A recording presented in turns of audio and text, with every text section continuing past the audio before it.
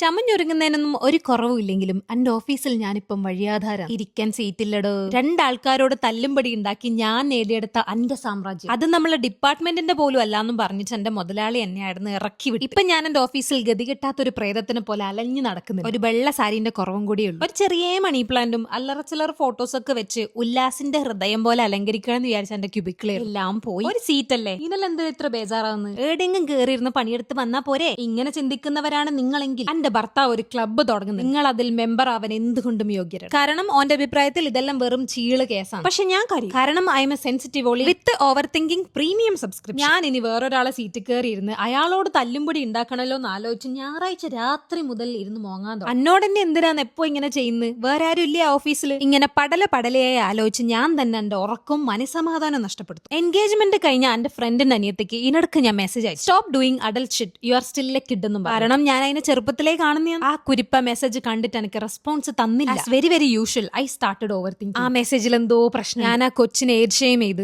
അതിനത് വിഷമായി. ഞാനൊരു വൃത്തികെട്ടവളാണ്. മര്യാദക്ക് ഒരു കൺഗ്രാചുലേഷൻസ് അയച്ചാ പോരെ. അങ്ങനെ ചിന്തിച്ച് ഞാൻ ആമസോൺ കാർഡ് വരെ കയറി. അയ്യോ ഏച്ചി, ഞാൻ ആ മെസ്സേജ് കണ്ടിന്, പക്ഷെ റെസ്പോണ്ട് ചെയ്യാൻ ടൈം കിട്ടിയിട്ടില്ല, തിരക്കായി പോയി എന്ന ഒരു റെസ്പോൺസ് വരുന്നത് വരെ വേറൊരു പണി എടുത്തിട്ടില്ല. സർഫസ് ലെവലിൽ മാത്രം കാര്യങ്ങൾ ചിന്തിക്കുന്ന, ഇമോഷൻസ് ഒന്നും ഡീപ്പായിട്ട് എടുക്കാത്ത എല്ലാ നാറികളോടും എനിക്ക് അസൂയ മാത്രമേ ഉള്ളൂ.